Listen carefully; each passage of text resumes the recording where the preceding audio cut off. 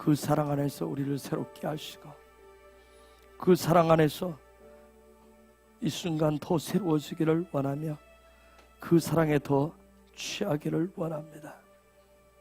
그 사랑, 그 놀라운 사랑, 그 크신 사랑, 그 새롭게 하시는 그 사랑.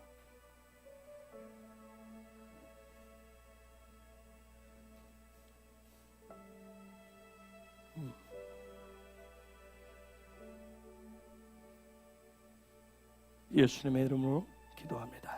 아멘.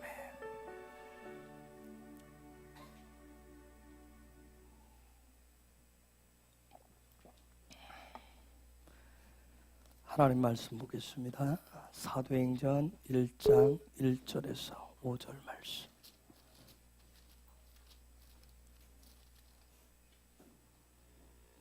사도행전 1장 1절에서 5절 말씀 봅니다. 읽겠습니다. 데오빌로여, 내가 먼저 쓴 글에는 무릇 예수의 행하시며 가르치실 시작하심부터 그의 택하신 사도들에게 성령으로 명하시고 승천하신 날까지 이를 기록하였노라. 해 받으신 위에 또한 저희에게 확실한 아는 증거로 진히 사심을 나타내사 40일 동안 저희에게 보이시며 하나님 나라의 일을 말씀하시니라. 사도와 같이 모이사 저에게 분부하여 가라사대 예루살렘을 떠나지 말고 내게 들은 바 아버지의 약속하신 것을 기다리라. 요한은 물로 세례를 베풀었으나 너희는 몇 날이 못되어 성령으로 세례를 받으리라 하셨느니라. 아멘. 뭔가를 기다린다라고 하는 건 결코 쉬운 건 아닌 것 같아요.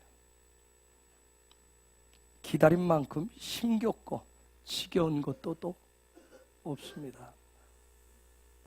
우리가 수차례 나눴었던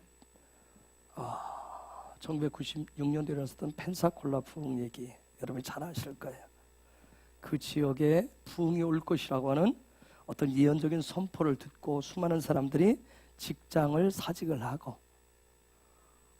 또 어떤 그런 일터를 떠나서 이사를 했었던 수많은 사람들이 있었고 그냥 일상적인 교회 평안했었던 그런 교회를 뒤집어서 그 놀라운 부흥을 고대하는 그런 기도회로 바꿈으로 인해서 교회가 쑥대밭이 되었었던 그런 교회도 있고 그런 상태 속에서 목회하는 그 가운데 패닉 상태, 디플레시에 걸렸었던 그런 목사들 그런 얘기를 우리는 잘 알 거예요. 뭔가 하나님 주실 부흥을 기대하고 고대했었던 그들에게 어렵고 힘든 시간이었다고 하는 거.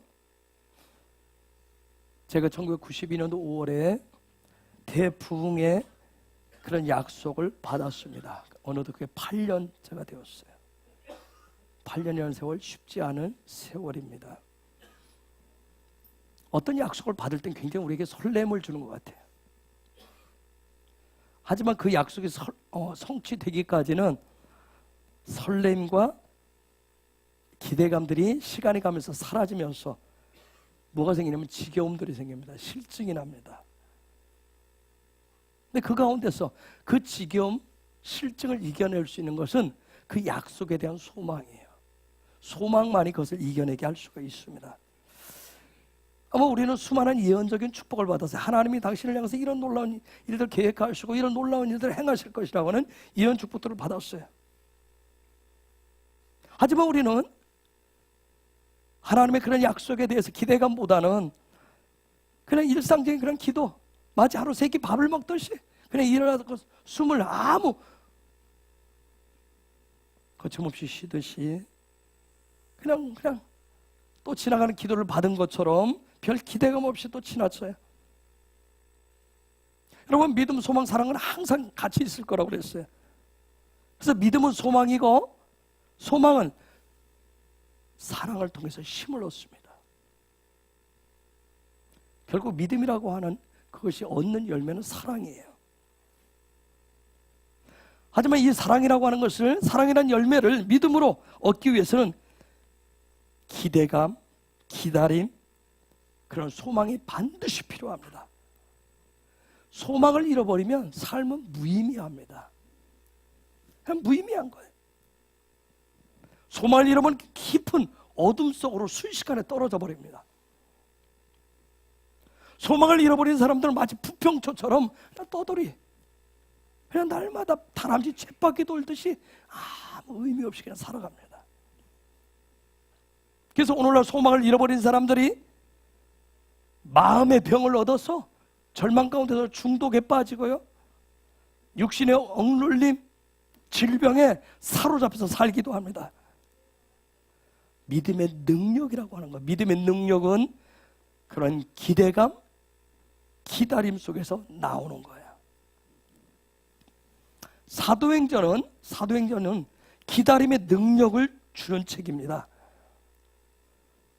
제가 2011년도에 사도행전 전체를 우리가 한번 쭉 말씀을 통해서 살펴본 적이 있었어요. 이제 대부흥을 목전에 두고 다시금 성령 시대를 여는 선포가 아니라 누리는 선포를 하고자 합니다. 이전에는 사도행전 시대, 성령 시대가 왔으면 좋겠다라고 하는 그런 소망으로 나누었다면, 이제는 성령 시대의 어떤 능력에 대해서 사도행전적인 그런 삶이 펼쳐지는 삶을 우리가 나누고 선포하도록 하려고 합니다. 과연 성령님은 이 말씀을 나눈 가운데 우리 가운데 어떠한 놀라운 일로 우리로 하여금 환호하게 하실 것인지, 그것도 또 기대하면서 우리가 들어가 보려고 합니다. 대부흥은 시작됩니다. 대부흥은 시작됩니다. 근데 제가 미진해서 언제 어떻게 어느 곳에 어떤 방법으로 시작돼서 불이 번질는지 그건 잘 모르겠어요. 어쨌든 대부흥은 시작되기 때문에 그런 가운데 사도행전, 사사기, 느헤미야 이 부분을 나누려고 합니다. 제가 부흥이라고 하는 단어를 처음 실제 부흥이 뭔지를 깨닫고 접하기 시작한 게 30년이 넘었어요. 30. 모태신앙인가 부흥회 그런 부흥을 얘기하는 게 아니라 실제 하나님이 일으키는 부흥에 대한 것을 접한 게 30년. 그 당시에는 그래서 미친 듯이 부흥에 관련된 책들을 막 수집하고 보았어요. 그런 가운데 2012년도 주님과 독대하면서 대부흥에 대해서 들었어요. 그것도 4가지 코드와 함께 최근에 근래에 일어난 부흥들을 근거로 해서 설명을 들었어요. 여러분, 부흥은, 하나님이 일으키는 부흥은 성령님, 하나님이신 성령님과 관련이 있어요. 그래서 성령 행전이라고 하는 이 사도행전을 이제 쭉 살펴보면서 또 부흥을 열었었던 그런 사사들 얘기, 영적인 부흥을 실제화시켰었던 느헤미야, 이런 부분들을 살펴보려고 합니다. 물론 앞으로 부흥과 관련해서 또 여러 성경 부분들을 교차적으로 살펴보겠지만 이 3권이 아마 주류를 이루어서 함께 주일에 나누게 될 거예요. 말씀이라고 하는 것은 성령이 기름 부어질 때 폭발합니다. 그래서 말씀이 폭발하면 우리의 생각, 우리의 습관, 즉 우리의 삶을 흔들고요, 부수고 관통하고 해부해서 새롭게 만들어버립니다. 새 사람이 되게 해요. 거룩하고 정결한 사람이 되게 합니다.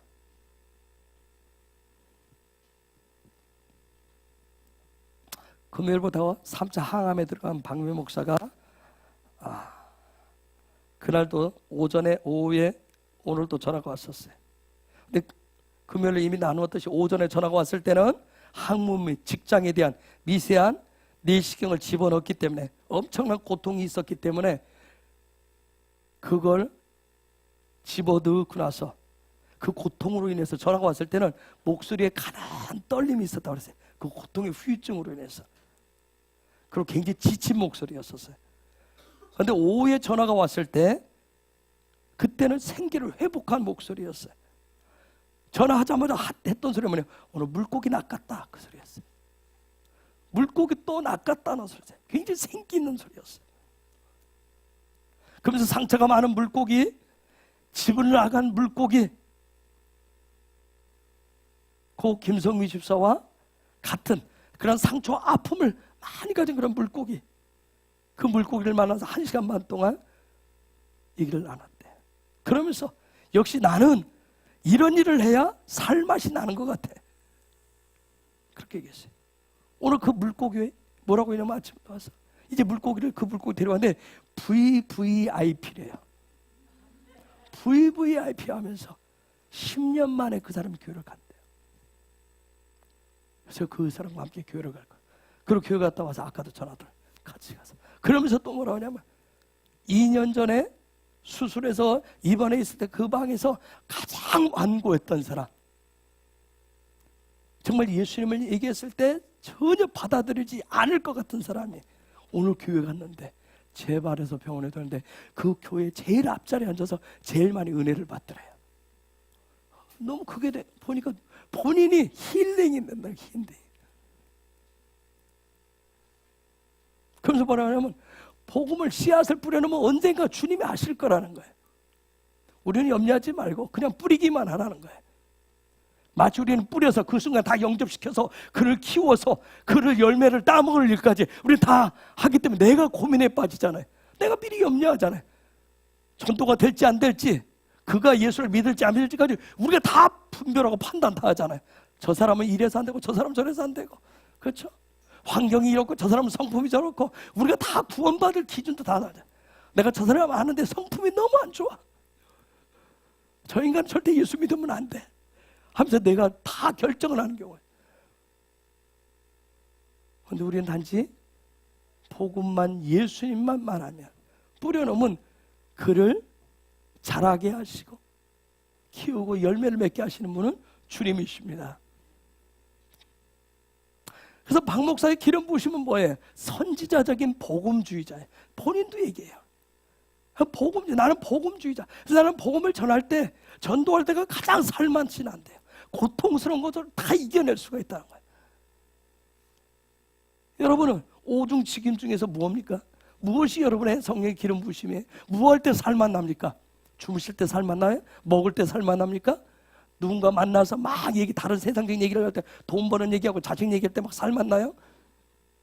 뭘 할 때 여러분을 막 눈에 빛이 반짝반짝합니까? 그래서 자기가 선지자적인 복음주의자이기 때문에 본인은, 그래서 누군가를 만나고 그 고통스러운 항암 중에 힘들고 어렵지만 어제도 통화하는데 왜 시간이 없대요. 잠시 또 계속 그 가운데서 사람을 만나고 그에게 예수님을 나누고 전할 때 그때 기름 부으심이 폭발하는 거예요.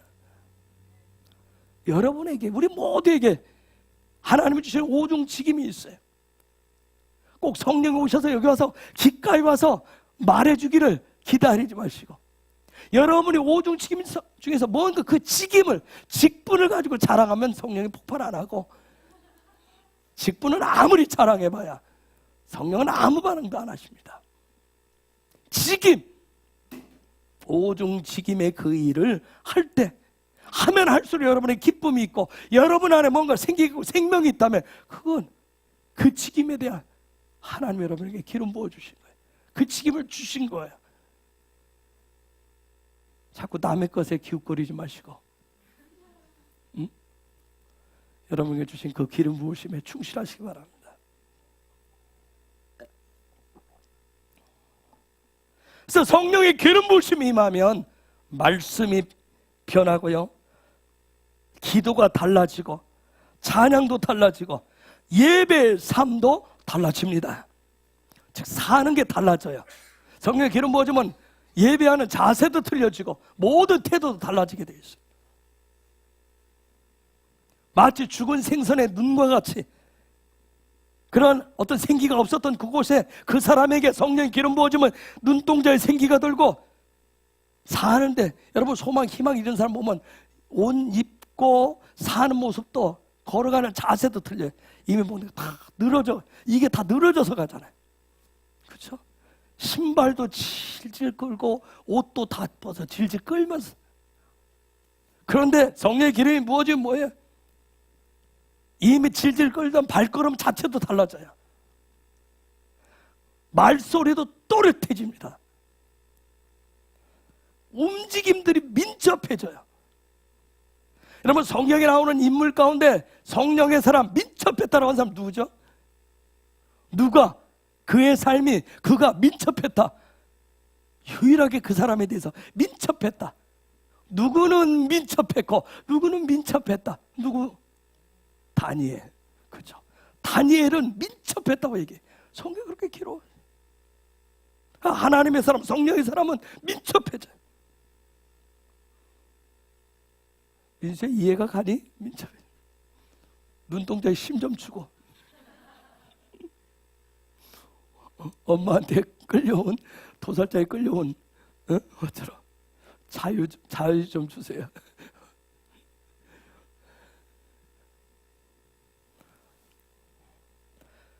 성령의 기름 부으심을 받으면 경배와 찬양할 때 손뼉도, 소리도, 얼굴 표정도 다 달라지게 돼 있어요.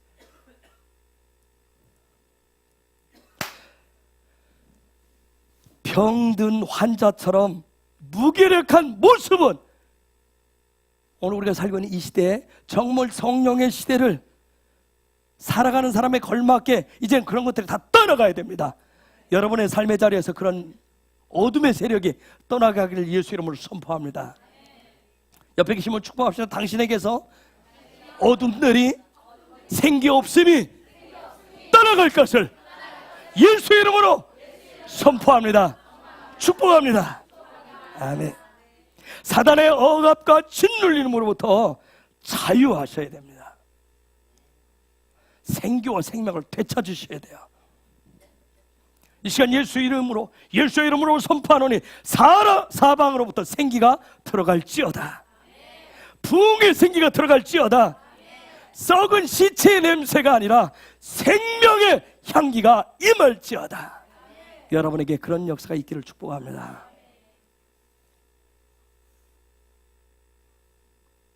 예수님과 함께 3년을 같이 보내셨던 제자들, 또 예수님을 따라다녔던 수많은 무리들이 십자가의 죽음이, 그 십자가의 죽음을 부활이라고 하는 놀라운 방법으로 승리하신 예수님 앞에 모여들었어요.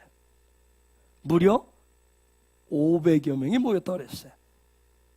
예수님 앞에 모인 그들이 예수님을 바라볼 때는 뭔가 호기심에 가득 찬, 뭔가 기대감으로 가득 찬 모습이었을 거예요. 아마 그들이 예수님 앞에 지금 있을 때는 가슴에 뭔가 뛰었을 거예요. 십자가의 죽음을 누구도 하지 못했던 그 십자가의 죽음을 부활이라고 하는 그 놀라운 기적으로 이루신 그분 앞에 서 있으니 그냥 나오지 않았을 거예요. 그렇죠? 눈에서 빛이 반짝반짝 빛냈을 거예요. 억지로 끌려 나왔을까요? 그래요? 아닐 거예요. 뭔가 막 기대 가득 찬 눈빛이었어요. 여러분, 누가가 기록한 대로 의사 누가가 기록한 대로 예수님 얘기는 예수님 얘기, 그분에 대한 얘기는 유대인이라면 거의 다 지금 다 들었을 거예요. 알고 있었을 거예요. 왜요? 십자가의 죽음에서 3일 만에 부활했다라고 하는 이 얘기는 정말 엄청난 충격적인 얘기예요. 충격적인 얘기예요. 그래서 그들의 입을 막기 위해서 대제사장과 종교인들이, 로마 군인들이 쉬쉬하면서 아주 막 삼엄한 군기로 누르고 있었지만 바닥 민심 속에 흐르고 있는 그 예수님 얘기는 이미 다 널리 퍼져 있었을 거예요. 여러분, 뭐 민초들만 들었겠어요? 권력을 가진 사람들도, 고위층들도 다 들었어요. 그래서 1절에 데오빌로야. 의사 누가가 이미 그 데오빌로라고 하는 사람에게 누가복음을 써서 보냈었어요. 예수님 하시는 일을 다 알려줬어요. 이 사람은 로마 고위층으로서 크리스찬이에요. 즉 고위층도 알고 있다면 저 밑에 서민들은 이미 다 알고 있다는 얘기예요. 살벌한 권력으로 입을 틀어막았지만, 보이지는 않지만 느낄 수가 있었던 거예요. 그 뭔가 느껴지는 분위기는 무엇으로도 막을 수가 없었어요. 그리고 이미 기록된 행적들이 있죠. 그렇죠. 행적들이 있었어요. 여러분, 복음의 능력이 나타날 때 드러나는 징조 중에 하나가 뭐냐면 숨겨진 기록들이 나타난다는 거예요. 우리가 연금술사란 말을 하는데 인쇄술의 발달, 인쇄술의 발달은 복음이 동서남북으로 퍼져나가는데 아주 지대한 공헌을 합니다. 하나님은 놀라워요. 미리 어떤 역사 일으키기 전에 먼저 합전 사전에 질서를 해놓는 부분이 있어요. 연금, 인쇄술 발달시켜서 복음이 막 찍혀서 나가도록. 왜 인터넷을 오늘날 왜 막 거의 모든 전 세계인들이 거의 다 핸드폰 하나씩 다 들고 손 안에 다 들고 있도록 이것을 왜 해놓았겠어요? 예수님 오시면 어디서든지 그 소식을 다 전방 볼 수 있도록 동에서 서 번개가 번쩍같이 다 볼 수 있고 알 수 있도록. 게임 안 하고 뉴스 들으라고 그래 지금 많이 하세요.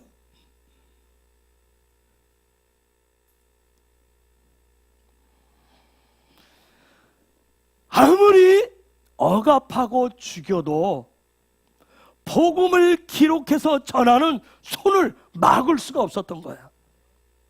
여러분, 사람들은 목숨을 걸고 퍼날랐습니다.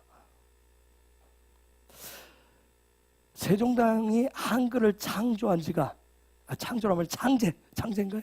한글을 만든 지가 언제인지 아세요? 1443년이에요. 그냥 500년이.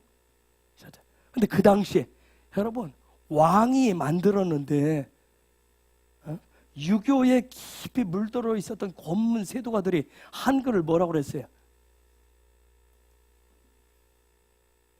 언문이라고 했어요. 언문. 여인들의 글이라 했어요. 여인들의 언어라고 그랬어요. 무시했단 말이에요. 아주 철저하게 무시했어요.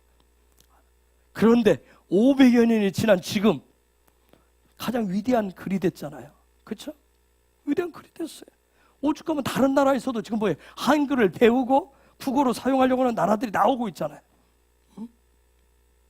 이처럼 예수님이 죽으시고 부활하신 이 사건은 누구도 가로막을 수가 없었어요. 그 가운데서 제자들을 중심으로 해서 500여 명이 지금 예수님 앞에 모였어요. 예수님 앞에 모였어요. 이들은 죽음을 각오한 그런 모임이었어요.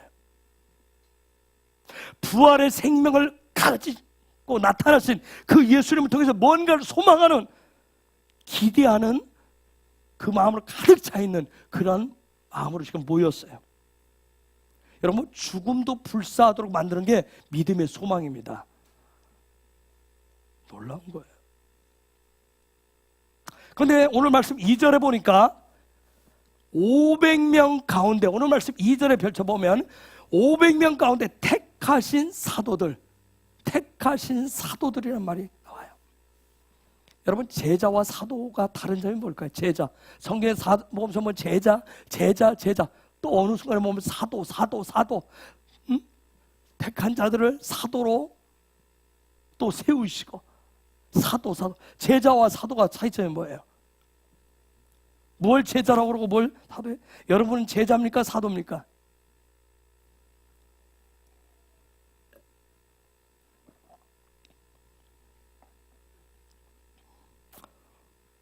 제자는 어떤 사람을 제자라고 그래요?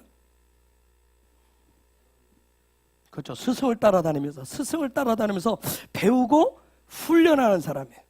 그렇죠? 배우고 훈련. 스승을 통해서 스승의 삶을, 스승의 가르침들을 배우고 훈련하는 사람을 제자라고 그래요. 여러분, 평소에 사복음서에 보면 예수님을 따르는 사람들이 굉장히 많았어요. 그렇죠? 굉장히 많았어요. 따라다니는 사람들. 그 가운데서 예수님이 엄선해서 세운 사람 12명을 세운 사람이 그들이 사도예요. 근데 그러면 사도는 어떤 사람을 사도라고 할까요? 사도는 가르침을 배운 그 단계를 넘어서 따라다니는 자가 아니라 이제는 보내심을 받은 자가 바로 사도예요. 보내심을. 뭔가 스승으로부터 뭔가 사명을 받고 보내심을 받은 사람이 사도예요. 보내심을 받기 이전에 따라다니면서 배우고 익히고 훈련한 사람이 뭐다? 제자. 그 단계를 넘어서서 이제는 네가 배울 거 다 배웠으니까 하산해라. 이제는 네가 나한테 배우고 훈련한 것들을 가서 그대로 살아내라 하고 보내심을 받은 사람이 사도예요. 제자가 라메드라면 사도는 샬라흐에.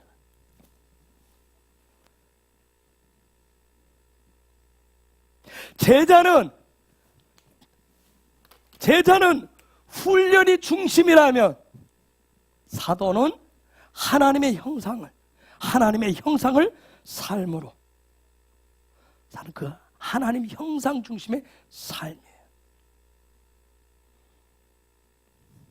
제자는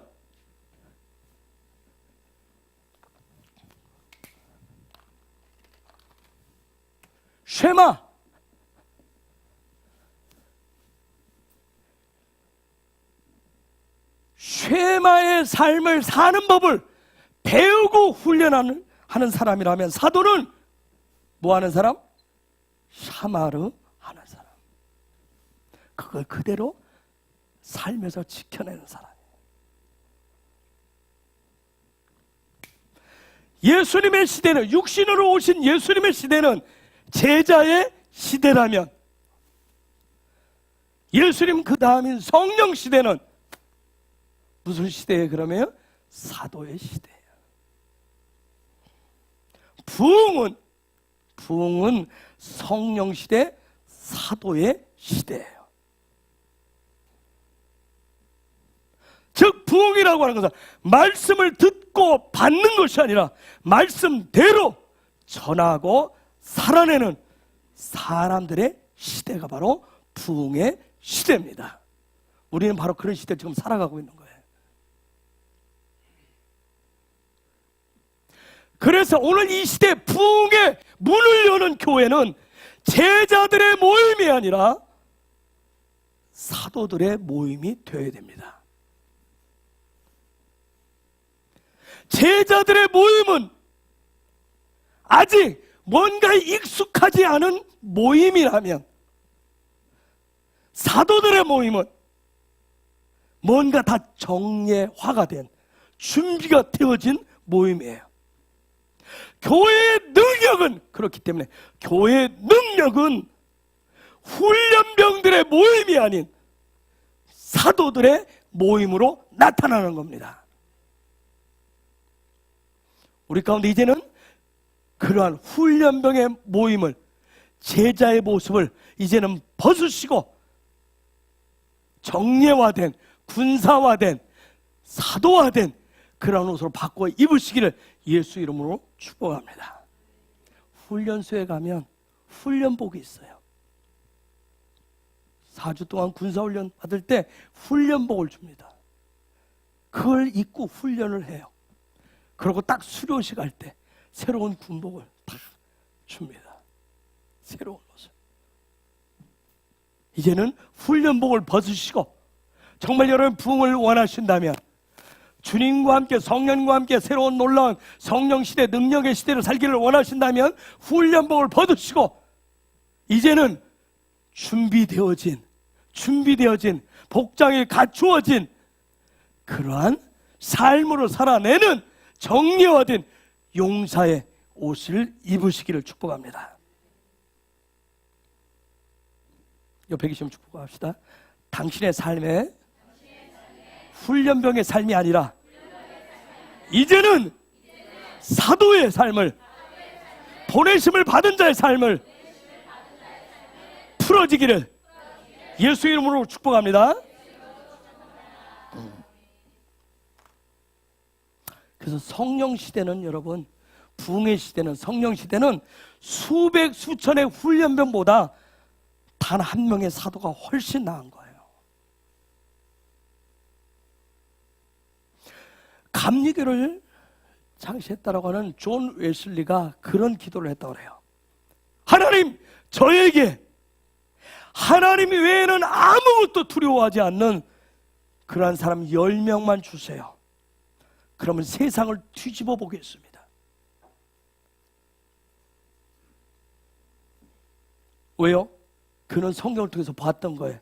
12명의 사도와 그 바울이라고 하는 사람, 사도로 부름을 받은 그 바울이라고 하는 사람을 통해서 그 당시에 최강했던 노마를 뒤집었고 복음이 어떻게 했어요? 열방으로 퍼져나가게 한 것을 보았기 때문에 그렇습니다.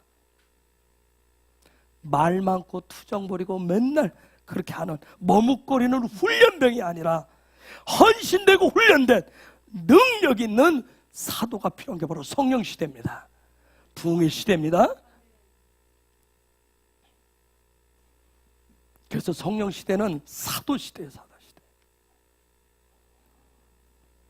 우리 한국교회는 30년 넘게 제자 훈련에 매진해 왔어요. 교회 안에서는 굉장히 강해요. 성경 공부, 훈련, 교회 안에서는 굉장히 다 무슨 막 용사 같아요. 근데 세상 속에 들어가면 굉장히 무능해요. 교회 안에서 훈련이 다 되었다고 하는 것 같아요. 교회 안에서는 엄청난 잠재력을 가지고 있는데 이상 교회 울타리를 못 넘어가요. 왜 그럴까요? 왜? 무엇 때문에요? 왜요?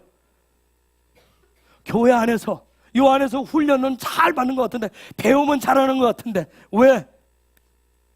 교회 울타리 넘어가 있는 하나님의 성령 시대에 맞게 교회 울타리 밖은 성령과 함께 가야 되는 부분인데 그 성령님이 주시는 그 은사, 성령의 기름 부으심, 그분의 열정 그것을 다 제한하기 때문에 그래요. 요 안에서만 해요. 요 안에서만. 밖에 나가서는 성령과 함께 보냄을 받는 것이 아니라 내 힘으로 해요. 이 안에서는 아주 거룩한 것 같아요. 이 안에서 굉장히 열정이 있는 것 같아요. 근데 교회 밖에 나갈 때는 내 힘으로. 성령님을 다 인정한다고 그래요. 하지만 교회 밖에 나가서는 성령님이 하시는 일을 인정하지 않습니다. 성령보다는 자신이 하려고 그래요. 그런 전통, 교회적인 전통, 신학적인 어떤 교리로 종교의 울타리를 높게 쌓아놨어요. 성령님은 교회 안에서만, 기도할 때만, 예배할 때만, 찬양할 때만, 말씀 나눌 때만, 우리끼리 있을 때만 성령이 역사하소서. 밖에 나가서는 조용히 계시고 내가 할 테니까.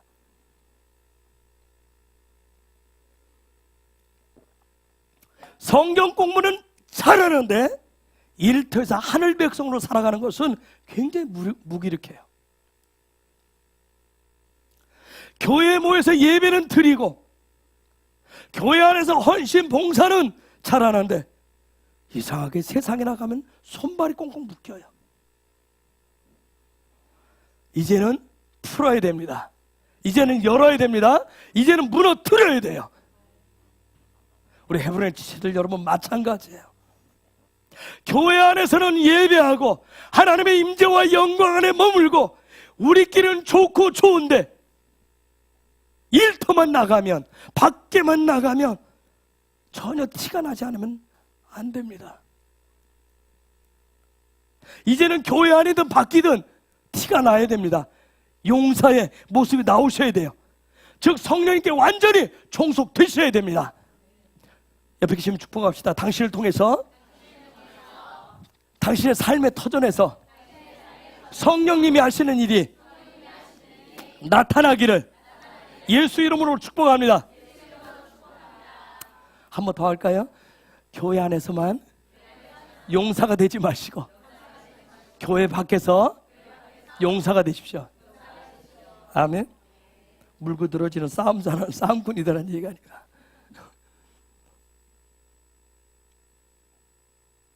이제는 성령의 기름 부으심에 엄청난 능력을 세상 속으로 흘러 보내셔야 됩니다. 이제는 우리 헤브론 안에 부어주신 엄청난 성령의 능력을 여러분들이 있는 삶의 터전으로 이 도시 가운데로 흘러 보내셔야 됩니다. 교회에 와서는 뭐하고 기도하고 나가서는 예수님의 그 복음을 전할 방법을 여러분 찾으셔야 됩니다. 그거 실시하셔야 돼요. 그동안 여러분이 교회 안에서 라메다 하신 것을 교회 다니면서 수십 년 라메다 하신 것을 이제는 뭐 하셔야 돼요? 샬라후의 삶을 사셔야 됩니다. 샬라우의 삶을 사셔야 돼. 그래서 우리 헤브론의 모든 예배자들 위해 여러분의 삶의 자리에 이러한 샬라우의 사도성이 폭발하기를 예수 이름으로 선포합니다.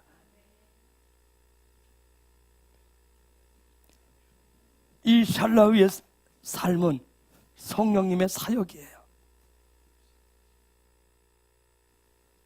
여러분 12명의 사도들 출신 아시죠? 출신 직업 아시죠? 학력 대충 아시죠? 경력 아시잖아요. 여러분 그 사람들 어디에서 나고 자랐어요? 좁고 좁은 우물과 같은 그 이스라엘 땅에서 그곳에서 나고 자란 사람들이에요. 거기 떠나보지 않았어요. 외국물 먹어본 적이 없다니까요. 그 당시에 외국어라고 해봐야 뭐가 있었겠어요? 아람어. 그들이 모두가 다 히브리어를 쓰고 있었는데 아람어 정도. 그런데 놀라운 것은 뭐예요? 그런 그들이 아시아와 유럽을 싹 쓸어버렸어요.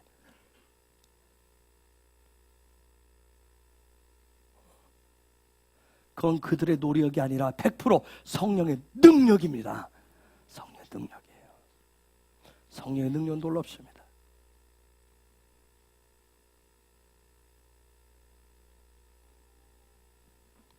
삼 절 볼까요? 읽어봅시다. 시작.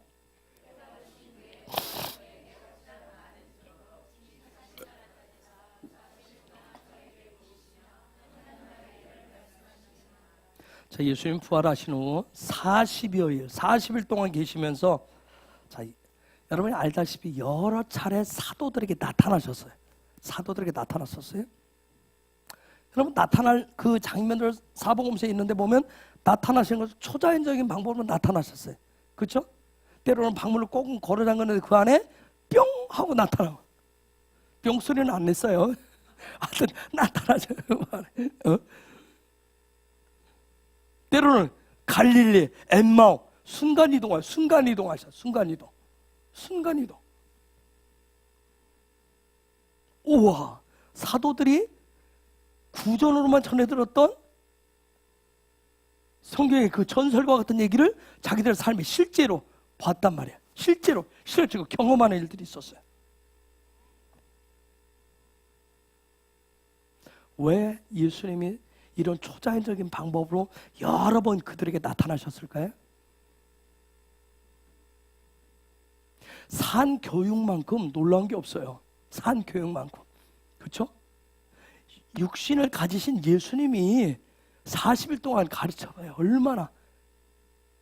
자, 이 사람들 이스라엘 안에 좁은 도시 안에 들어있어요. 좁은 나라 안에. 근데 그들에게 예수님이 순간 그들에게 이렇게 뿅 하듯이 나타났어요. 순간이동하면서. 이유는 간단합니다. 예전에는 같이 그들과 먹고 자면서 3년을 넘게 보냈어요. 근데 예수님 그렇게 하지 않았어요. 갑자기 그들 가운데 갑자기 나타나고. 왜? 이유는 간단한 거예요. 부활의 능력이 무엇인지를 보여주기 위해서. 여러분 부활의 능력이 뭔지 아세요? 그럼 얘기하죠. 죽어보지 않았고 살아보지 않아서. 예수님이 실제로 보여요. 참 우리가 부활 얘기하잖아요. 이게 부활이 경험되지 않으면, 사람은 경험되지 않으면 이게 잘 안 돼요. 여기서는 뭔가 내가 이해하는 것 같은데, 아는 것 같은데 이게 실제 삶을 안 된다. 예수님이 실제 그들에게 부활이 뭔지, 부활 그렇게 그들에게 있었다. 그 부활에 대해서 아주 생생하게 교육하신 거예요. 그것도 뭘 얘기했어요? 왜 부활을 생생하게 보여줬어요? 하나님의 나라 때문에. 하나님의 나라가 영원하다라고 하는 거, 부활해야 영원해서 같이 그날 살기 때문에 그걸 가르쳐 주기 위해서.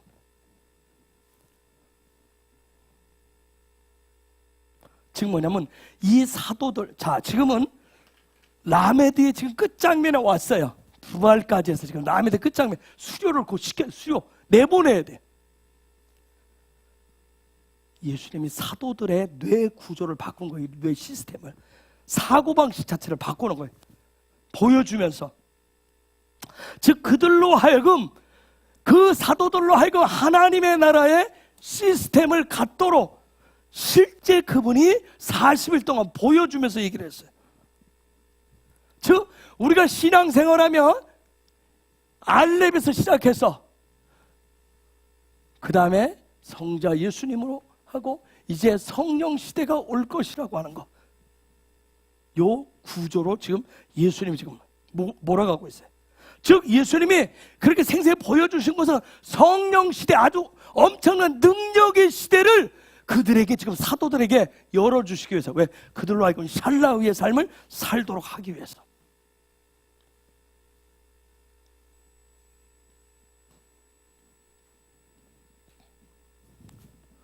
좀 어려운 얘기 해볼게요. 시스템을 바꾸는데 출애굽기 13장이 뭔지 아세요? 13장에 뭐가 나타나요? 출애굽기 13장에 홍해가 갈라지는, 홍해를 건너는 사건이 나. 그 다음에 여기서 출발을 해서 쭉 15장에 가서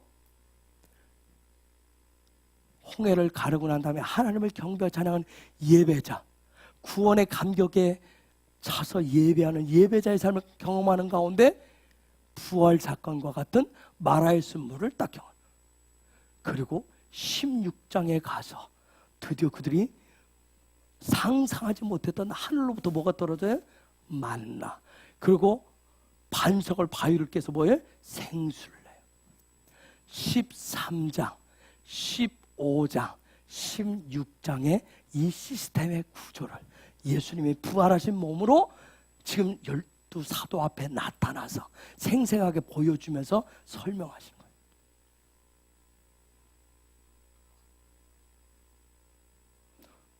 스스로가 교보제가 되어서, 하늘나라의 실제 교제가 되어서, 자기가 그 자료가 되어가지고 실제 보여주면서 말씀을 마지막 하신 거예요. 수료를 지금 앞두고, 라메도 수료를 앞두고 샬라흐로 가야 돼. 샬라흐로. 성령 시대가 그만큼 중요하겠다. 근데 여러분, 성령 시대는 꺼요. 성령 시대는 말씀이 준비가 되어야 성령 시대가 열립니다. 말씀이 준비돼. 말씀이 준비 안 되면 성령 시대가 안 열려요. 죄송해요. 훈련소에서 훈련을 제대로 못 받으면, 수료를 못하면 수료를 안 시켜요. 왜? 나가서 사고 치기 때문에. 그렇죠? 그래서 훈련을 제대로 받아서 수료를 해야 돼요. 그렇듯이 성령 시대는, 샬라의 시대는 말씀이 준비되어야 열려요. 자, 성령 시대가 활짝 우리 안에 열려져서 누리고 나누어지게 되는데, 그건 여러분 앞에 라메드, 말씀이 준비되어져야 돼요.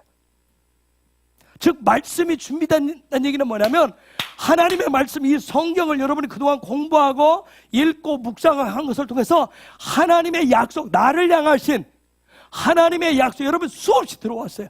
나를, 각 개개인을 향해서 나를 왜 구원시켜 놓으셨는지, 나를 왜 예수 믿게 하고 교회로 왜 끌어다 놨는지, 왜 이 자리에 와 있는데 내가 왜 사는지, 하나님의 말씀을 통해서 내가 확실하게 하나님의 약속을 확증을 받고, 그리고 기도하면서 그 약속이 이루어질 것을 기다림으로 문을 여는 것이, 그게 바로 말씀으로 준비된 사람이에요. 그래서 말씀과 기도는 성령 시대를 여는 아주 중요한 키예요. 말씀과 기도는.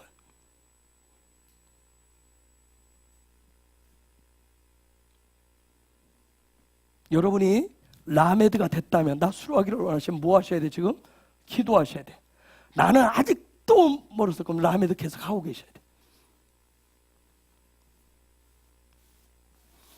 말씀과 기도가 그래서 성경에서 그렇게 강조하는 이유가 이 두 가지가 마지막 대부흥의 시대, 성령 시대가 열려 그 시점에 왔기 때문에 말씀과 기도가 여러분에게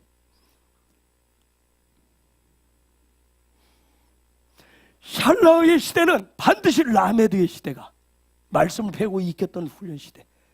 그리고 이 말씀을 내가 약속의 말씀으로 내 삶의 확증으로 가지고 그것이 이루어지도록, 그 약속이 성취되도록 기도할 때 샬라의 시대가, 성령 시대가, 사도적인 권위의 시대가 여러분의 삶에 풀어지게 됩니다.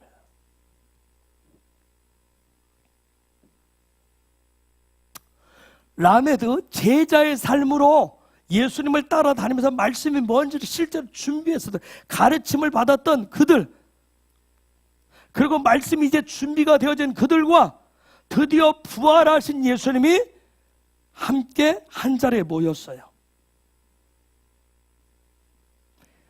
샬라의 삶을, 성령 시대에 그 부분을 열기 위해서는 여러분이 모여야 됩니다. 모이셔야 돼요. 누구 앞으로? 예수 앞으로. 부활하신 예수님 앞으로. 십자가에 달리기 전에, 죽기 전에 예수님이 아니라 십자가에 달려 죽으시고 부활하신 예수님 앞으로 모이셔야 됩니다. 모여서 그분한테 점검을 받으셔야 돼요. 그분 앞에 모여서 기도하기 위해서, 그분을 경배하기 위해서, 그분의 말씀을 듣기 위해서, 그분을 예배하기 위해서 모이셔야 됩니다. 샬라의 시대, 성령 시대를 열기 위해서는 뭐 하기 위해서 모이신다고요? 뭐 하기 위해서? 예수님의 점검을 받기 위해서. 뭘 통해서? 기도를 통해서. 뭘 통해서? 말씀을 통해서. 뭘 통해서? 경배를 통해서. 뭘 통해서? 예배를 통해서. 점검하기 위해서 모이셔야 됩니다. 뭐 하기 위해서 모이신다고요? 누구 앞에? 어떤 예수님 앞에? 부활하신 예수님 앞에 모이셔서 뭘 점검받아요? 내가 성령 시대를 열 수 있는 그 준비가 되어 있는 말씀이 준비가 되어 있는지, 또 기도가 준비가 되어 있는지, 뭐 또 예배가 준비되어 있는지, 그분을 경배할 준비가 되어 있는지, 그걸 점검받기 위해서. 왜? 하나님의 나라의 시스템이기 때문에. 출애굽기 16장에 보면 만나가 내렸을 때 뭐라고 얘기했어요? 만나가 내렸을 때 뭐라고 그랬죠? 모세가 하나님 말씀, 나가서 그날 먹을 것만 가져와라 그랬어요. 근데 욕심이 가득 차서 뭐예요? 내일 거 1년 거 갖다 쌓아놨어요. 다음날 되니까 다 뭐 했어요? 썩었어요. 보냄을 받기 위해서는 그날 필요한 하나님의 음성을 듣고 말씀을 듣고 가면 되는데, 우리는 자꾸 라메드 하는 데만 집중을 해요. 쌓아두는 데만. 그럼 그게 뭐 해버린다? 그래서 성령 시대는 그게 그냥 썩어져 버린 거예요. 한번 생각해보세요. 수많은 곡식을 걷어 창고에 쌓아두는데 그게 다 썩어. 하룻밤 사이에. 성령 시대는 그날 그분과 성령님과 소통을 통해서 그분이 하시는 말씀, 기도를 통해서 그분과 계속 부활하신 예수님과 교제하면서 그분을 경배하고 예배하면서 그분과 함께, 그래서 그날 새롭게 시작하시고 나아가셔야 됩니다. 4절에 사도행전 1장 4절 읽습니다. 시작.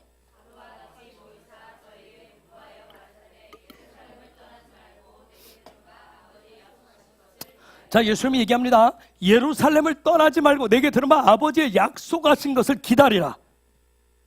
예루살렘을 떠나지 말래요. 예루살렘을 떠나지 말고 아버지의 약속하신 것을 기다려라.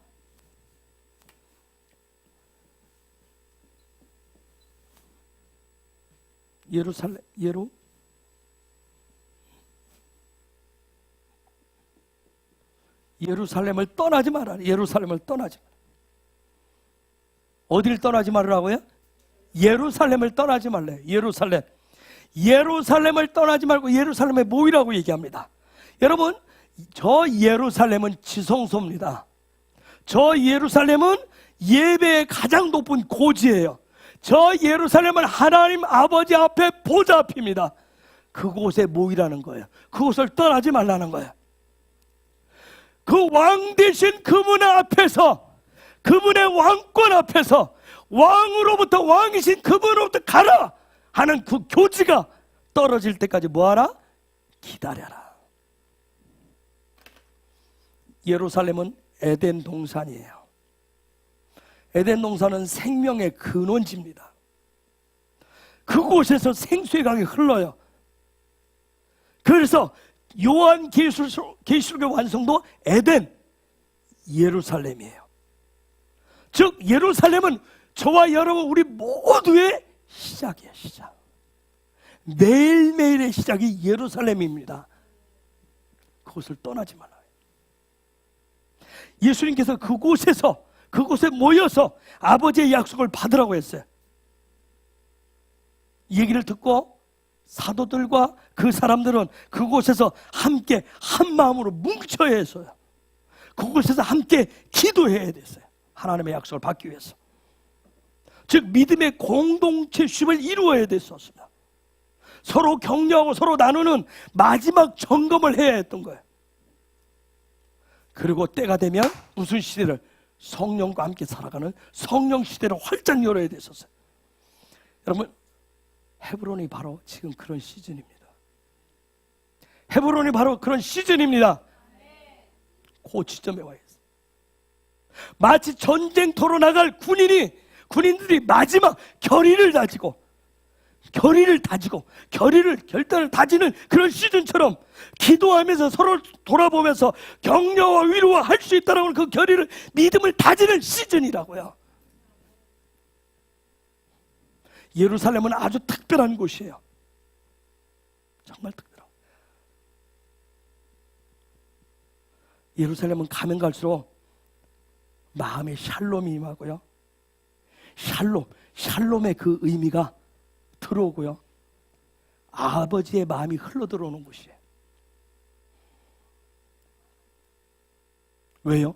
누가복음 24장 47절에 보니까 이렇게 얘기하고 있어요. 읽어볼까요? 시작.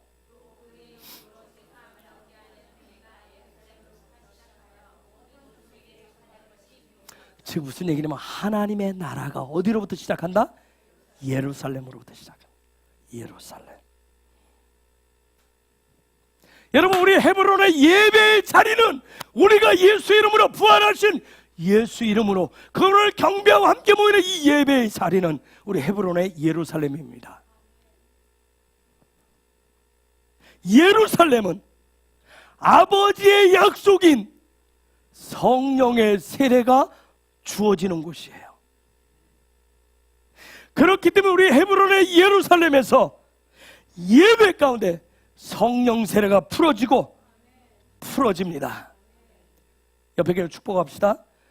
당신이 이곳에서 예배할 때, 예수 이름으로 예배할 때, 그분을 경배할 때 아버지의 선물인 성령의 세례가 풀어지고 부어지게 됩니다.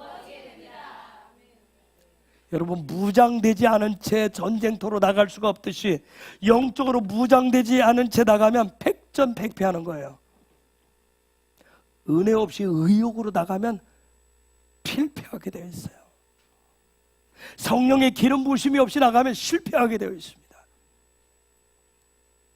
우리가 지난주 가나 혼인잔치 말씀을 나눴어요. 가나 혼인잔치는 며칠째가 열려서, 창조의 며칠째가 열려서 3일째가 열려서 6일째 축복으로 나타난 것이 가나 혼인잔치 기적이에요. 자, 그럼 물어봅시다, 여러분에게. 사도행전 지금 1장으로 다시 빨리 넘어가서 3절. 해 받으신 후에 또한 저희에게 확실히 많은 증거로 친히 사심을 나타내서 40일 동안 저희에게 보이시며 하나님 나라 일을 말씀하시니라. 저 말씀들을 기초로 해서 봤을 때 지금 12사도와 저들은 지금 주님 앞에서 며칠째 삶이 열렸어요.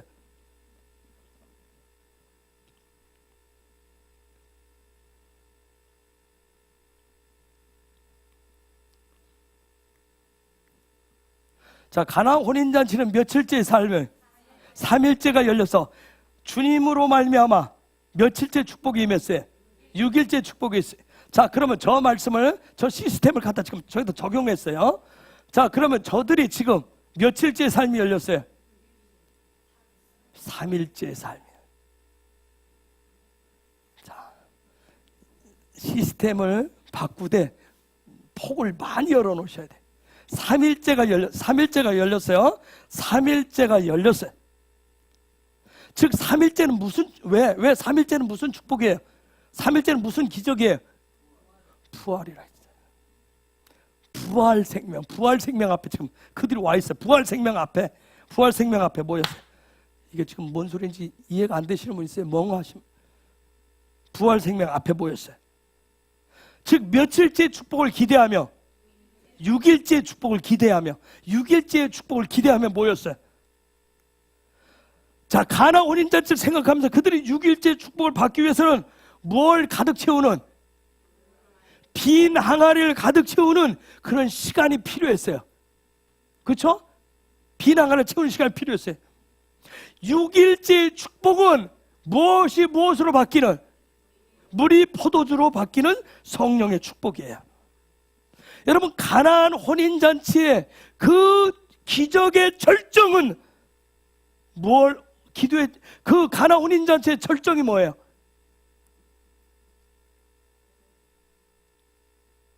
가나안 혼인잔치의 절정이 뭐죠? 클라이맥스가?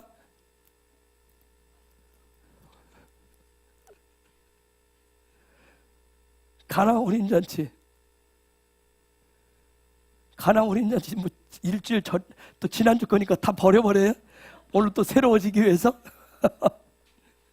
가나안 혼인잔치의 절정이 뭐예요?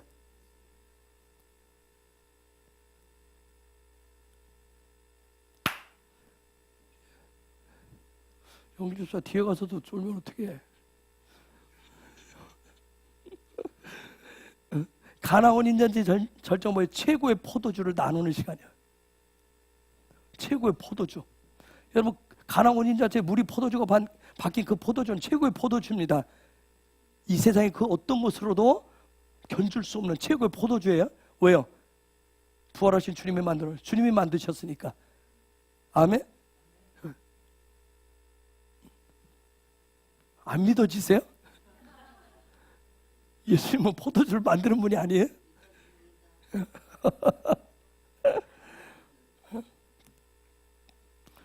여러분, 최고의 포도주를 즐길 수 있는 그 성령 시대, 대부흥의 시대를 여시기를 예수 이름으로 축복합니다. 옆에 계시면 당신에게 최고의 포도주인 성령 시대가, 대부흥의 시대가 활짝 열리기를 예수 이름으로 축복합니다. 아멘. 성령 시대라고 하는 것은 성령을 받고 체험을 하고 생수를 흘려보내는 시대야. 요한복음 20장 22절. 요한복음 20장 22절 읽습니다. 시작.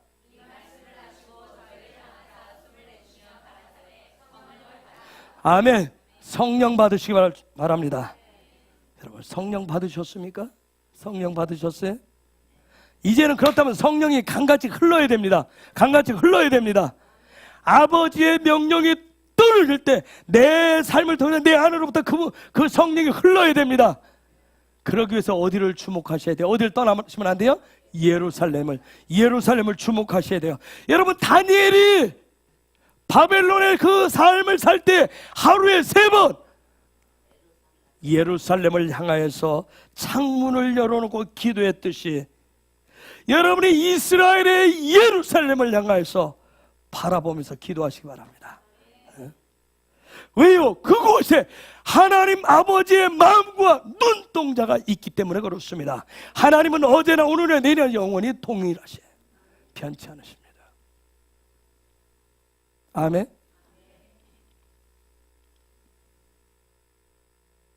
오늘 집에 가서 나침반 놓고 지도 놓고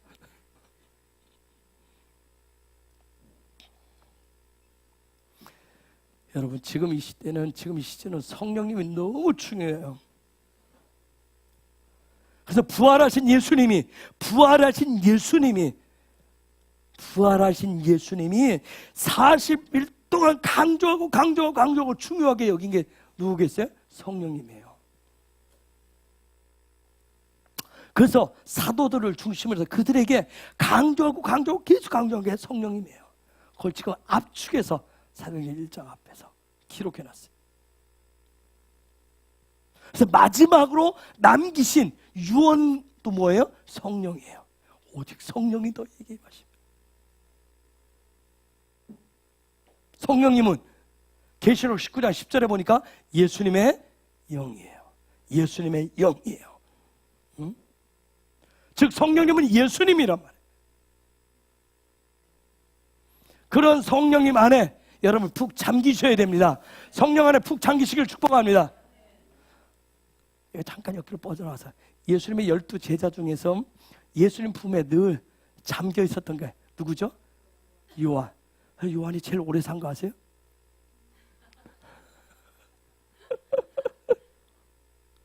정말 그쵸? 요한이, 사도 요한이 100세 넘도록 살았어요. 계시록까지 쓰고. 한번 생각해보세요. 밤모서 섬에 유배 가서 사는데 어떻게 제대로 먹기를 했겠어요? 잠자리가 편했겠습니까? 뭐가 편했겠어요? 하나님의 은혜가 아니면 살 수가 없잖아요. 그렇죠? 성령 안에 푹 잠기시기를 축복합니다. 아멘. 성령 안에. 사도행전 1장 5절. 장수하기를 원하시면 성령 안에 뭐가 내 안에서 뭐가 떠나면 단명한다? 생기가 떠나면, 성령이 주신 생기가 빠져나가면 나는 육만 놔두고 떠나게 된다. 장수하고 싶으면 성령의 생기를 채우셔야 된다. 즉 성령 안에 잠기셔야 돼. 정말 생기가 떠나면 그래서 제가 전에 생기 빠진, 정신 얼빠진 사람이라고 얘기해요. 얼빠진 사람 얘기 들어봤죠? 옆에 계신 분 보세요. 얼빠졌는지. 얼빠져. 쌩쌩해요.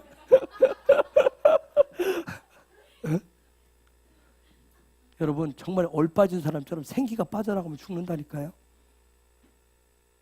장수하기를 원하시면 생기를 채우셔야 돼요. 그래서 그 성령님 안에 푹 잠기셔야 됩니다. 자, 5절 읽습니다. 시작.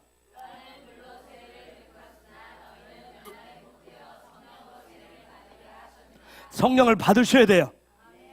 성령 안에 있다, 성령 받는다 하는 얘기는 뭐냐면 성령님과 나는 이제 공동 운명체입니다 하는 얘기예요. 아멘. 성령님과 공동 운명체이신 분, 아멘. 아멘. 나는 성령님과 공동 운명체예요. 성령 따로 나 따로. 그런 분 있어요? 성령과 공동 운명체, 그게 성령 받는다, 성령 안에 거한다는 얘기예요. 옆에 계시면 성령 안에 사시는 당신이 복된 거예요. 당신 장수할 겁니다. 아멘.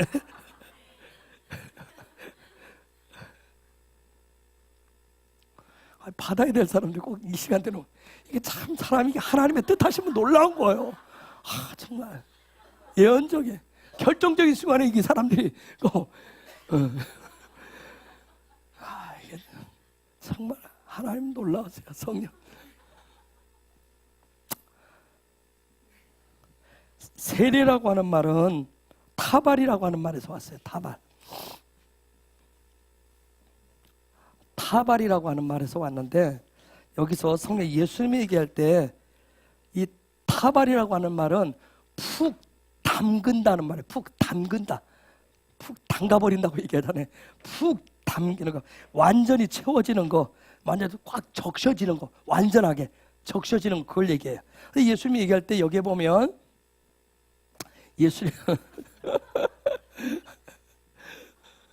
예수님이 성령 세례 얘기할 때는 요게 붙었어요.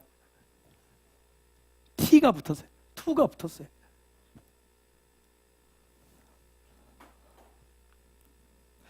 그래서 예수님 말씀하실 때는 뭐예요? 그분이 말씀하세요. 그 성령 안에 완전히 잠기는 것을 다 이룬 모습을 실제로 보여주는 거, 실제가 돼서 나타나도록 해주는 모습. 예루살렘을 떠나지 말고 아버지 약속하신 그 성령 세례를 받으라. 완전히 잠기라고 얘기하는 거야. 잠기라고. 우리 그런 말 있어요. 어설프게 끄슬리면 참 여러 사람 힘들게 한다고요. 그렇죠? 성령의 불로 완전히 태워져야 됩니다. 털이 뽑히려면 완전히 뽑히고 익으려면 완전히 익고. 제가 얘기했잖아요. 어렸을 때 제가 봤다고. 저희 집에서 닭을 옛날에 목을 비틀어 이렇게 했는데 뜨거운 물에 들어서 이렇게 털을 다 뽑았는데 그게 푹 하고 소리 돼서 도망갔다고. 털 빠진 닭이. 근데 얼마 가지 못해 쓰러지더라고요.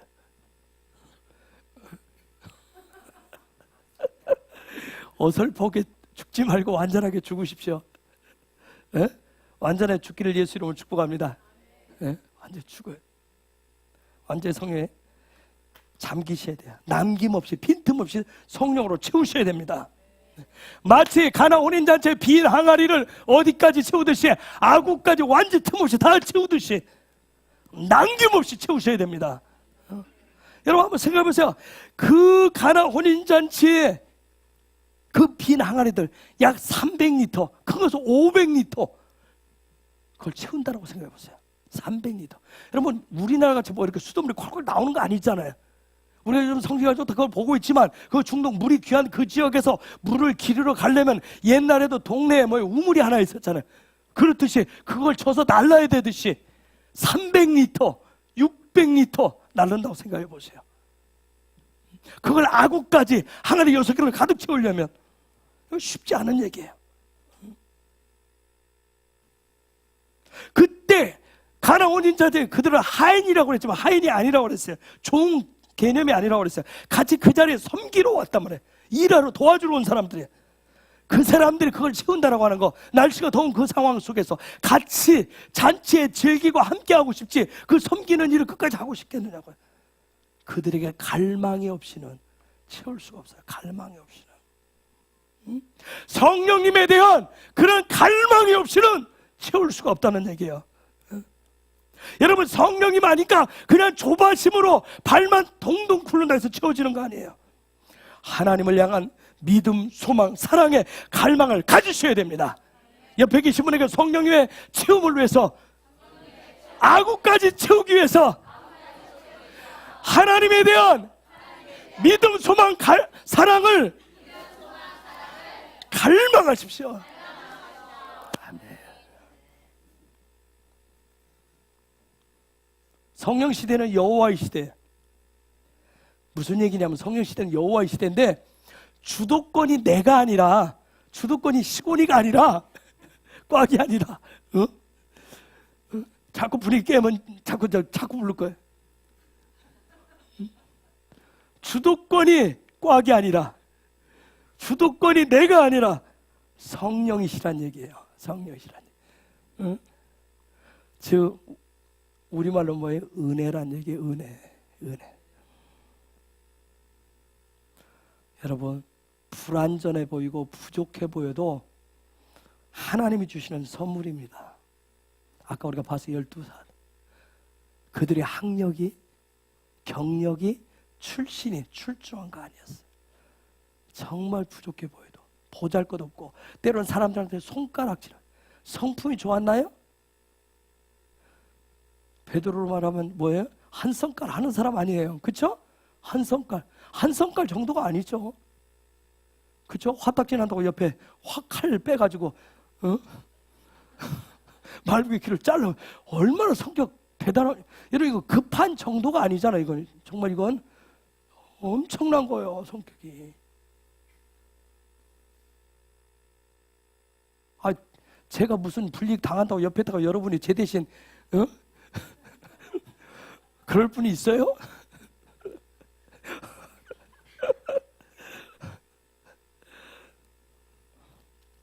정말 불완전해 보이는 것 같고 부족해 보여도 하나님이 주시는 게 바로 성령이에요. 선물이라니까요. 어떤 분위기를 만들고 뭘 조작한다고 해서 그냥 성령을 주시는 게 아니에요. 가난한 마음, 오직 가난한 마음, 갈망으로 기도하면서 기다릴 때 하나님이 부어주시는 거예요. 그러면 성령 세례를 받아야 될 이유가 뭐야? 성령 세례를 받으면 첫째, 내 안에 구원에 대한 확신이 생깁니다. 구원에 대한 확신. 제자 훈련, 전도 받아서 영접 기도해서 그렇게 해서 한 것이 아니라 그냥 위로부터 그분이 부어주시는 그 너는 내 자녀야, 구원받은 내 백성이야 하는 도장을 꽉 인장을 찍기 때문에, 확정을 시키기 때문에 내 안에 분명한 확신 지수가 분명합니다. 구원받아. 여러분 영접 기도하고 제자훈련 이런 것을 하면, 세례받을 이렇게 하면 뭐해? 조금만 바람 불면 이게 도대체, 조금만 어려우면 뭐해? 내가 구원 받았는지 안 받았는지, 하나님 나를 미워하시는 것 같아, 역시 나는 사라지는 것 같아, 역시 나는 버림받은 자야 하면서 막 이런 말 막. 성령 세례를 받으시면 그거와 상관없어요.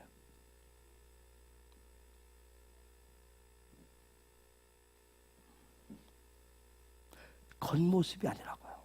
내적으로부터, 저 안에서부터 구원의 확신이 강같이 흘러넘쳐요. 그러한 성령 세례를 받는 우리 헤브론 모든 지체들 되시길 축복합니다.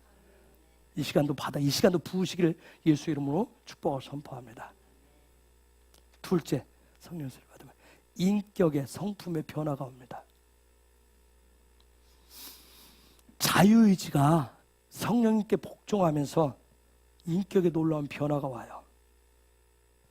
어떤 외적인 컨디션과 사랑의 어떤 상황에 의해서 들쑥날쑥하던 그런 인격이 영으로부터 성령으로부터 기름 부으심을 받아서 예수님 닮은 성품들이 나오기 시작하는 거예요. 단식하고 금식하고 뭐 어디 가서 성품 훈련한다고 해서 그게 예수님의 성품이 되는 게 아니에요. 그냥 그분이 안으로부터 부으시는 그런 은혜를 통해서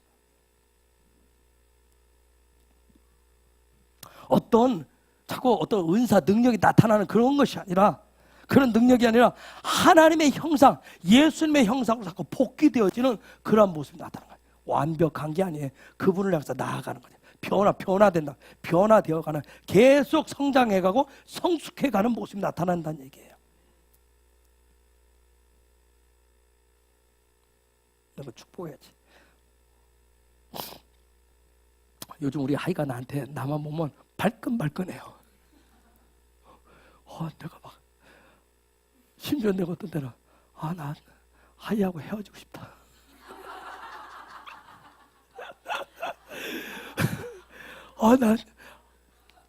내가 필요하지 않은가 봐. 내가 그렇게. 그래서 내가 어지금 얘기했다 했잖아요. 빨리 너 학교 가, 빨리 가, 제발 빨리 가. 우리 오빠하고 나하고 학교 가면 아빠는 밥을, 걱정하지 마, 가, 빨리 가. 그때 가서 내가 알아서 할 테니까. 오늘 아침에도 나오는데 나한테 갑자기 뼈로 통하네. 말만 한마디 하면 확. 그래서 내가 오늘 나오다가 도저히 한마디 했어요. 그랬더니 반응이 딱 곧바로 반응하기 있었어요. 아빠 죄송해요. 고칠게요. 곧바로 한 소리 했어요.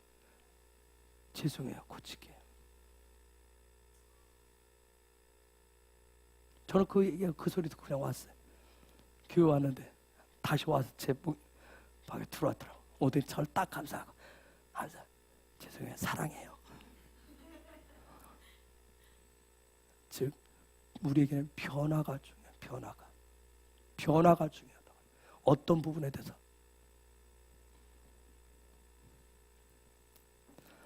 여러분, 우리가 날마다 성령의 기름 부으심을 받아야 될 이유가 뭐예요?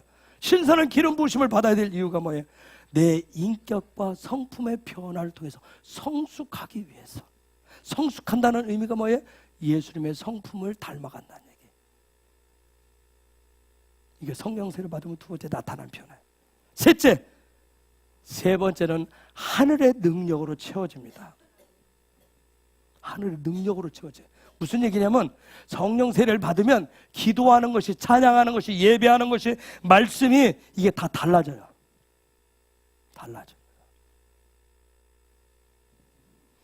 사도행전 10장 38절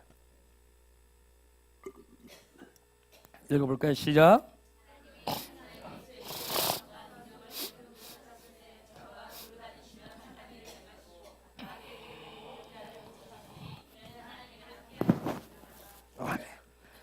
즉 무슨 얘기냐면 성령의 능력으로 성령 세례를 받으면 하늘의 능력이 임하면 겁쟁이가 사자로 바뀝니다. 겁쟁이가 사자로 바뀌어요. 하나 더 할게요. 박미애 목사가 지금 저런 사람이 아니었어요. 정말 눈치 굉장히 많이 보고요. 제가 알잖아요. 제가 그때 보면 약간 모질이 같아요. 정말 모질이 같았어요. 그때 같이 사역할 때 여전도사님 한 분이 계셨어요. 여전도사님 한 분이 있는데 그 여전도사님은 그래 자기가 뭐 먹고 싶잖아요. 그럼 누군가를 하나 딱 집어요. 그래서 밥 먹으러 가자고 그래요. 밥 먹으러. 우리는 밥 먹으러 가자 그러면 밥 먹으러 가자는 사람이 뭘 밥을 사주든지 뭐 하겠다 의도 아니에요? 밥 먹으러 가자고 그래요. 그리고 레스토랑을 가요. 좋은 데 가요. 그리고 밥 먹고 계산 안 해요. 그럼 따라간 사람이 밥 사줄 줄 알고 따라갔는데 계산을 해야 돼. 매번 그걸 다 매번. 근데 참 모질이 같다 그랬어요. 그리고 나 선쪽에서 막 무슨 얘기도 말 한마디를 못했어요. 말을 어떻게 해야 될지를 몰라요. 근데 어느 날 갑자기 이렇게 사자로 바뀌어 있더라고요. 성령의 세례를 받으니까 성령의 기름 부심 받으니까 사자로 바뀌어 있더라고요.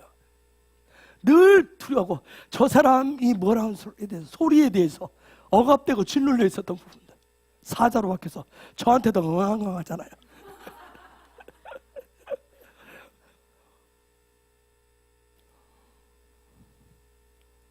두려움이 사라지고 담대해진다니까요. 평범한 것 같은데 평범치 않아요. 성령 세례를 받으면.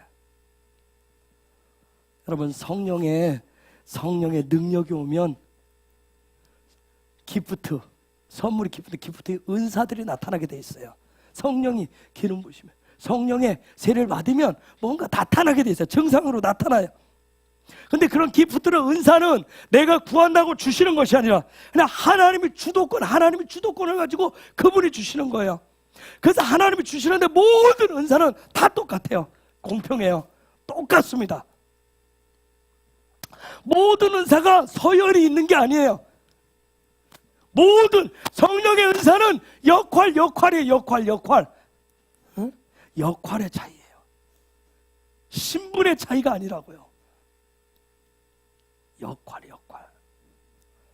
그래서 하나님은 때에 맞게 환경에 따라서 그 사람의 기질에 따라서 그러한 성령의 은사를 주시는 거예요. 왜요?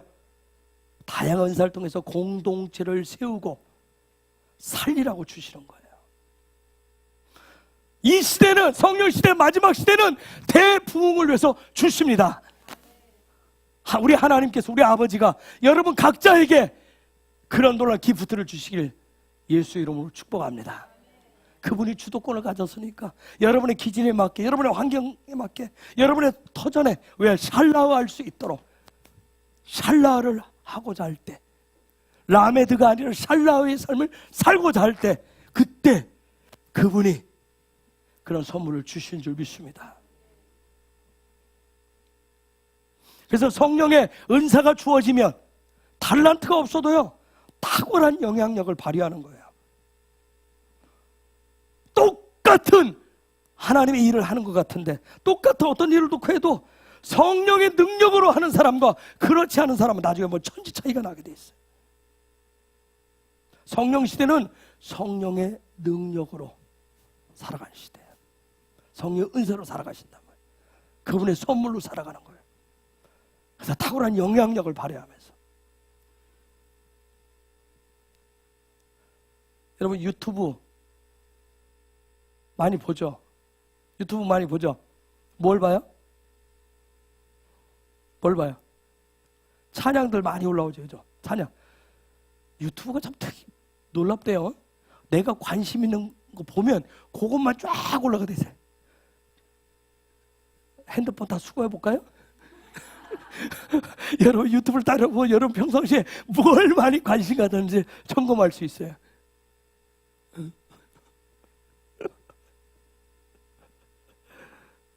찬양이 막 많이 굉장히 많이 올라오는데 그 찬양들 여러분이 들어보세요. 근데 여러분이 한 5초 이내만 탁 들어도 여러분이 알 수 있어요. 여러분이 성령 받은 사람이면, 여러분이 성령의 기름 부심 안에 있으면 그 올라온 찬양, 그 사람의 찬양이 기름 부심이 있는지 없는지. 분위기에 갖고 폼은 잡는데 성령의 기름 부심이 전혀 없는 경우가 있어요. 놀랍죠?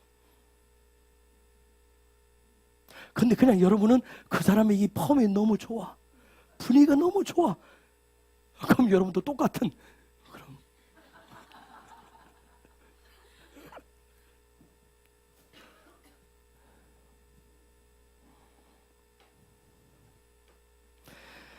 성령의 능력이 부어지면 힘을 안 들이고 일하실 수 있어요. 성령의 능력이 부어진 사람에게는 사람들이 모이게 돼 있어요. 사슬과 억압들이 풀립니다. 인간이 하는 힘과 노력은 한계가 있어요. 그래서 성령의 능력은 항상 부어져야 됩니다. 끊임없이 재충전되고 업그레이드 되셔야 돼요. 그래서 날마다 순간마다 성령님을 초청하시고 지혜와 계시를 부으사 하나님을 알려달라고 구하시기를 축복합니다. 우리 시대, 성령 시대, 성령께서는 마지막 대부흥을 위해서 놀랍게 역사하실 거예요. 왜요? 우리를 거룩한 신부가 되도록, 하나님의 전신갑주로 무장하도록, 물이 바다를 덮은 것 같은 그런 예수님의 인격과 성품을 갖도록 온 열방을 주 앞으로 인도하도록 하는 그런 능력을 위해서 성령이 이 시대에 그런 능력을 부어주실 거예요. 교회는 성령으로 충만해야 됩니다. 성령 세례의 강물이 흘러 넘쳐야 돼요. 교회는 예루살렘이 되셔야 됩니다. 하나님의 선물을 받아야 돼요. 대부흥의 쓰나미를 맞이할 준비를 하셔야 됩니다. 지금과 같이 기독교가 손가락질을 받고요, 교회가 무능해진 것 같은 이때, 지금이 바로 성령의 시대를 열 때예요. 사도행전적인 그런 시대를 열 때입니다. 사사들의 시대를 열 때예요. 느헤미야처럼 영적인 부흥을 세울 때라고요. 이런 성령 시대에 발을 맞추어서 예배자로 그동안 배우고 익힌 제자의 삶을 사도의 삶으로, 샬라의 삶으로 살아갈 때 우리 안에 하나님 아버지의 마음이 강물처럼 흘러서 회개의 강을 이루고 치유와 회복의 강물이 흘러넘쳐서 하늘의 곳간의 문이 활짝 열리는 대부흥의 시대가 올 것입니다. 그래서 성령님께서 오순절 때처럼 우리 위에 불처럼 바람처럼 임하시게 될 거예요. 우리가 할 일은 오직 겸손함으로, 갈망함으로 그것을 구하는 것밖에 없어요. 오직 간절함으로 성령님의 임재를 구하시기 바랍니다. 성령 시대를 구하십시오. 이제 우리가 그 문을 활짝 열어가 보십시다. 우리 헤브론은 하나님 아버지의 약속을 받은 예배자들이 모이는 교회입니다. 그 약속이 이루어질 때까지 예루살렘을 바라보면서 믿음의 소망을 갖고 기다리는 저와 여러분들 되시기를 예수 이름으로 축복하며 선포합니다. 우리 옆에 계신 분 다시 한번 축복합시다. 하나님의 약속을 기다리면서 반드시 그 약속을 이루어냅시다. 우리 같이 기도하겠습니다. 주님의 이름으로 같이 기도하기를 원합니다. 하나님이 열어주시는 이 성령